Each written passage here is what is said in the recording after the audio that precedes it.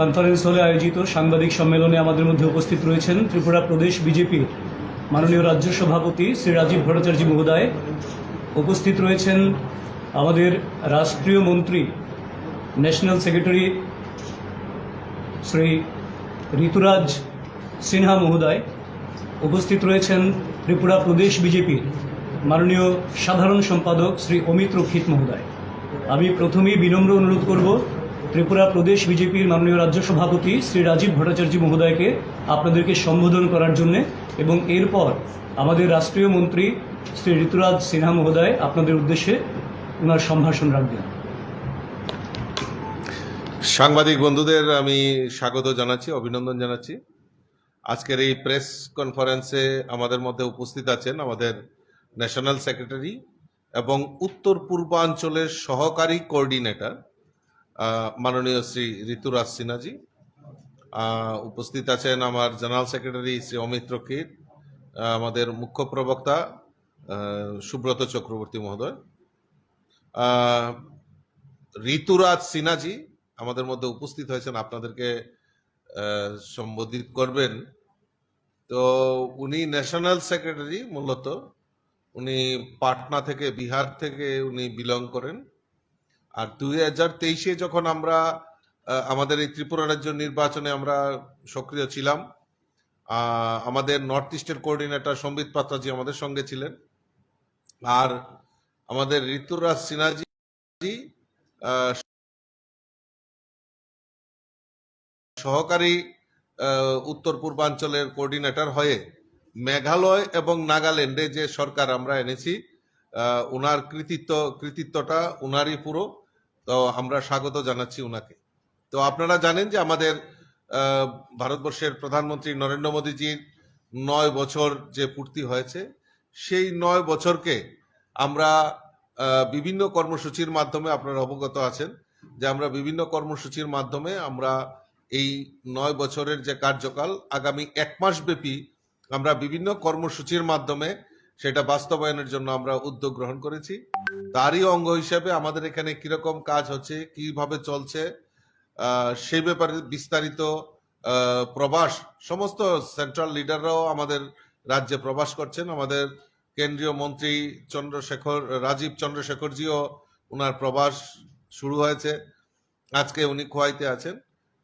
ঋতুরাজজি আমাদের মধ্যে উপস্থিত হয়েছেন। তো উনি কিছুক্ষণ আগে আমাদের ব্যবসায়ী যারা বন্ধুরা রয়েছেন তাদের সঙ্গে উনি একটা সম্মেলন করেছেন, মিট করেছেন, এবং কালকেও ওনার বিভিন্ন কর্মসূচি রয়েছে।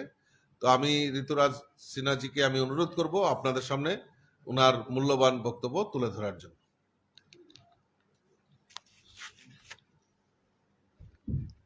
आज के इस प्रेस कॉन्फ्रेंस में हमारे बीच त्रिपुरा राज्य के स्टेट प्रेसिडेंट राजीव जी और स्टेट के जनरल सेक्रेटरी अमित रक्षित जी, चीफ स्पोक्स पर्सन सुब्रतो दा और मेरे प्यारे मीडिया कर्मी, प्रेस के रिप्रेजेंटेटिव्स, नमस्कार। मैं ऋतुराज आज इस प्रेस कॉन्फ्रेंस के माध्यम से बेसिकली मुद्दा है बात करने का मोदी जी के 9 वर्ष के उपलब्धियों पर, उनका जो सेवा कार्य चला है उसके ऊपर। तो मैं पहले इस पे एक जनरल ब्रीफिंग कुछ आपको दे दूं, उसके बाद वी कैन ओपन अप कोई चर्चा अगर आपके ध्यान में करने के लिए है तो I will be more than happy. तो दोस्तों, मोदी जी के 9 साल सेवा, सुशासन और गरीब कल्याण, और we can also say service to society, service to India, good governance and welfare of the poor, ये 3 पिलर्स हैं जिसके ऊपर मोदी जी की सरकार 9 साल तक चली है। मोदी जी की सरकार आने से पहले देश में मोर देन 60 इयर्स कांग्रेस की सरकार चली है। कांग्रेस ने अपने जमाने में इंदिरा गांधी के समय 1970s 80s के दशक में गरीबी हटाओ का नारा दिया, पर उसके बाद उस नारा देने के बाद Congress was in government for a good 25 years. 25 साल उस नारा देने के बाद कांग्रेस की सरकार रही, पर देश के गरीब के लिए कुछ ठोस काम नहीं किया। राजीव गांधी जी ने, इंदिरा गांधी जी ने वो सपना दिखाया, गरीब कल्याण करेंगे और गरीबी हटाओ करके। राजीव जी ने आके उसकी समस्याएं गिना दी देश में कि 1 रुपया दिल्ली से भेजते हैं तो 15 पैसा नीचे पहुंचता है। उन्होंने खाली समस्या बता के छोड़ दिया। बाद में जब सोनिया जी प्रॉक्सी रूप से देश चलाने लगी, मनमोहन जी जब पीएम हुए, लेकिन 10 जनपद से भारत देश चल रहा था, सोनिया जी चला रही थी, तो इसी प्रकार का काम हुआ। गरीब का प्रॉब्लम सॉल्व करने के जगह पे सिर्फ और सिर्फ वायदे और समस्याओं की सूची। मोदी जी ने पिछले 9 साल में गरीब कल्याण, वेलफेयर ऑफ द पुअर के क्षेत्र में अद्भुत काम किया है। इस देश में पिछले 10 साल से जिस स्पीड से गरीबी रेखा से ऊपर लोगों को उठाया गया है, जो वंचित वर्ग था, जो पीड़ित वर्ग था, उनको जैसे कल्याण के कार्यों से उठाया गया है, वो अभूतपूर्व है, वो अनप्रेसिडेंटेड है। अगर हम बात करें तो मोदी जी ने हाउसिंग फॉर ऑल, सबका घर बनाने का काम कहा और 3 करोड़ घर, गरीब लोगों को 3 करोड़ घर बना के दिए पिछले 9 वर्षों में। घर तो दे दिया, खाने के लिए जिनको समस्या थी, 80 करोड़ लोगों को अन्न योजना के तहत फ्री राशन मोदी सरकार दे रही है।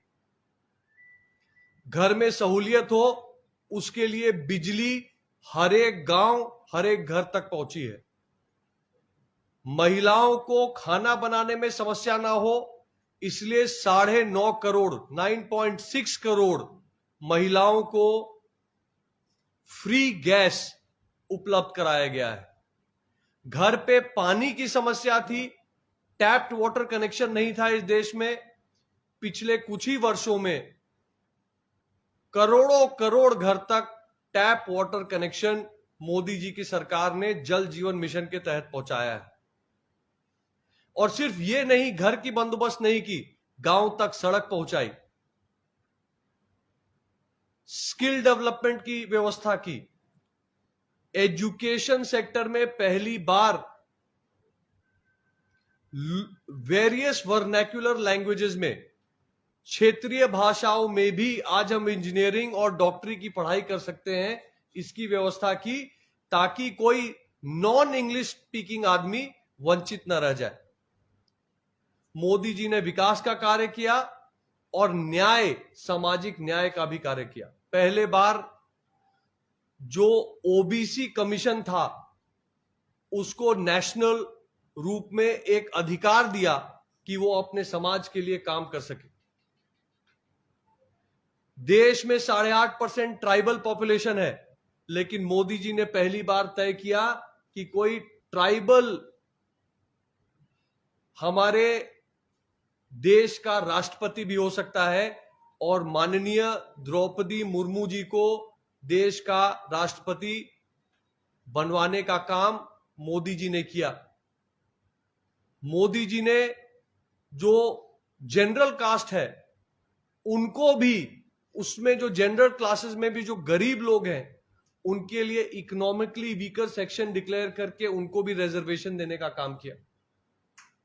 मोदी जी ने ऐसा गुड गवर्नेंस का एग्जाम्पल देश में साबित किया है, जहां पिछले 9 साल में 0 corruption, 0 scam, development for all के मॉडल के साथ देश बहुत तेजी से आगे बढ़ रहा है।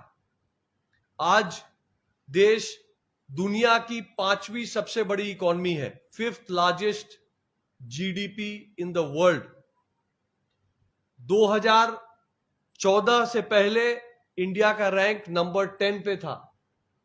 हमने 9 साल में 5 देशों को पीछे छोड़ते हुए नंबर 5 की इकॉनमी बने हैं। और ना सिर्फ इकोनॉमिकली सशक्त हुए हैं, ना सिर्फ इकोनॉमी का साइज बढ़ा है, देश का दुनिया के मैप पर स्थान और सम्मान भी बढ़ा है। आज मोदी जी वर्ल्ड लीडर के रूप में उभरे हैं, वर्ल्ड के सबसे पॉपुलर लीडर के रूप में उभरे हैं। कांग्रेस कहती है कि G20 की प्रेसिडेंसी भारत को ऐसे भी मिलती, इसमें मोदी जी का क्या योगदान है। मैं बताना चाहता हूं कि ये वो मोदी जी हैं, आज G20 की प्रेसिडेंसी इंडिया के पास है, अगले साल नहीं भी रहेगी तब भी दुनिया मोदी जी को अपना नेता मानेगी। कुछ तो बात है मोदी जी में कि देश का इतना सम्मान बढ़ा है कि आज जब मोदी जी ऑस्ट्रेलिया जाते हैं तो 140 करोड़ भारतवासियों का गौरव बढ़ जाता है, छाती चौड़ी हो जाती है जब ऑस्ट्रेलिया का प्राइम मिनिस्टर कहते हैं मोदी इज द बॉस। पापा न्यू गिनी जाते हैं तो वहां के प्रेसिडेंट पैर छूकर मोदी जी का आशीर्वाद लेते हैं। अमेरिका के president Joe Biden Modi ji का ऑटोग्राफ मांगते हैं और अब मोदी जी इसी महीने स्टेट विजिट में अमेरिका जा रहे हैं। जब राहुल गांधी जी विदेश जाके अमेरिका में बैठ के देश की कमियां और बुराइयां गिनाने का प्रयास करते हैं तो उनका मुंह तोड़ जवाब भाजपा नहीं देती, उनका मुंह तोड़ जवाब अमेरिका का व्हाइट हाउस देता है, जो कहता है कि इंडिया में कितनी वाइब्रेंट डेमोक्रेसी है। अगर देखना है तो दिल्ली जाके देख सकते हैं। अमेरिका हमारे तरफ से जो है देश दुनिया को संदेश दे रहा है, भारत के डेमोक्रेसी की क्षमता दिखा रहा है। और यही इंडिया फर्स्ट पॉलिसी है जिसको लेके मोदी जी ने भारत का परचम लहराया है। आप देखिए कि आज यूक्रेन और रशिया के बीच में युद्ध हो गया, तेल का दाम अरब देशों ने बहुत तेजी से बढ़ाया, पर मोदी जी ने निर्णय लिया कि हम रशिया से सस्ता तेल खरीदेंगे ताकि हमारे देशवासियों को समस्या ना हो, और वो करके दिखाया। हमारे बच्चे जब इस अंतरराष्ट्रीय युद्ध में फंस गए थे, हमारे स्टूडेंट्स जो वहां पढ़ रहे थे रशिया और यूक्रेन में, जब वो फंस गए थे तो मोदी जी ही देश दुनिया के इकलौता नेता हैं जिनके एक फोन कॉल पे सीज फायर हुआ, युद्ध विराम हुआ, इंडिया का झंडा लेकर हम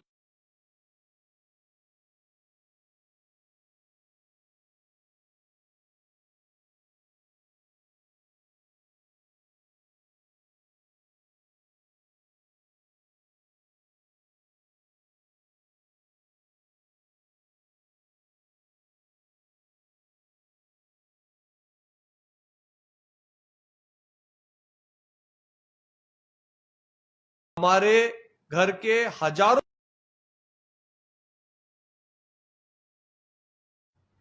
बाद 9 साल में राम मंदिर भी बन रहा है। लोग कहते थे इंडिया में वर्ल्ड क्लास इंफ्रास्ट्रक्चर नहीं बनता। इंडिया आज दुनिया की सबसे बड़ी इंफ्रास्ट्रक्चर इकोनॉमी के रूप से उभर रहा है, जहां पे हजारों किलोमीटर का roadways, highways, airport, port, railway connection और बाकी क्या क्या इंफ्रास्ट्रक्चर का काम तीव्र गति से हो रहा है। 370 के बारे में लोग कहते थे कि इंडिया कभी 370 हटा नहीं सकता, कोई सरकार में इतना दम नहीं है। मोदी सरकार है जिसने वो भी करके दिखाया, और आज कश्मीर तीव्रता से डेवलपमेंट की ओर बढ़ रहा है। दोस्तों, नॉर्थ ईस्ट की अगर बात करें, विशेषकर त्रिपुरा की बात करें, तो त्रिपुरा में मोदी जी और Manik Saha ji, M+M, Modi plus Manik Saha is equal to महा डेवलपमेंट। ये महा विकास जो है, इस मंत्र को लेके हमारी सरकार काम कर रही है। और आप देख सकते हैं कि पिछले कुछ वर्षों में किस तेजी से यहां पे वर्ल्ड क्लास एयरपोर्ट बना है अगरतला में, एक इंटरनेशनल रेलवे स्टेशन का काम पूरा हुआ है, सड़कों का तो जाल बिछा है, उसके अलावा केंद्र सरकार की गरीब कल्याण की और अन्य कई योजनाएं बहुत सफलतापूर्वक से यहां पे लागू हुई हैं। हाल यह है कि आज त्रिपुरा एक एक्सपोर्ट हब बन के उभर रहा है। भारी मात्रा में त्रिपुरा से अंतर्राष्ट्रीय बाजारों में सामान का एक्सपोर्ट हमारे उद्यमी यहां से कर पा रहे हैं। तो ये जो सारा डेवलपमेंट है, ये जो कनेक्टिविटी मोदी जी ने की है, इससे ईज ऑफ डूइंग बिजनेस हुआ है। पहले सामान भारत में दिल्ली से, बंबई से, कलकत्ता से सामान त्रिपुरा में लाना कितना कठिन था, रेल हेड नहीं था। आज उस कनेक्टिविटी, उस एयरपोर्ट की वजह से टूरिस्ट भी आ रहा है और सामान भी रेल हेड और रोड से सरलता से पहुंच रहा है। तो इस प्रकार का बड़ा विकास मोदी जी के शासन में हो रहा है। इसी सेवा भाव से मोदी जी आगे भी देश की सेवा करेंगे और हमें पूरा विश्वास है कि देश और नॉर्थ ईस्ट के साथ त्रिपुरा का भी तेजी से डेवलपमेंट होता रहेगा।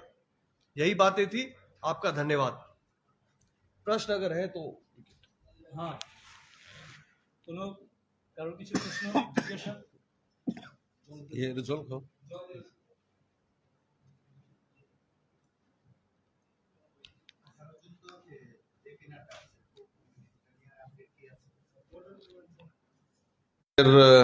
রাষ্ট্রীয় সভাপতি একটা প্রস্তাব আছে, তো আমরা দুইটা জায়গাতে, উনি ইস্ট লোকসভাতে উনি প্রোগ্রাম করবেন, তো সেই মোতাবেক আমরা শান্তির বাজার নয়তোবা কুয়াই, আমরা দুইটা জায়গাতেই আমরা টিম পাঠিয়েছি। আজকে কিছুক্ষণ পর আমাদের বৈঠক রয়েছে, সেখানে মাননীয় মুখ্যমন্ত্রী এবং ঋতুরাজ্যও থাকবেন। আমাদের মাননীয় রাজ্য বিধানসভার যারা মন্ত্রী সদস্যরা থাকবেন। আমরা তারা 1-2 দিনের মধ্যে প্রেস ব্রিফিং করে দেবো। ওনার টাইম টেবিল, কখন আসবে, কোথায় সভা হবে, সব পরিষ্কার করে আমরা প্রেস ব্রিফিং দিয়ে দেবো। হ্যাঁ, মোটামুটি টেন্টেটিভ একটা ইয়ে আছে। হ্যাঁ, ফাইনাল হয়েছে না কেন, উনি ইস্ট লোকসভা আসনে করবেন, এরকম একটা ইয়ে আছে।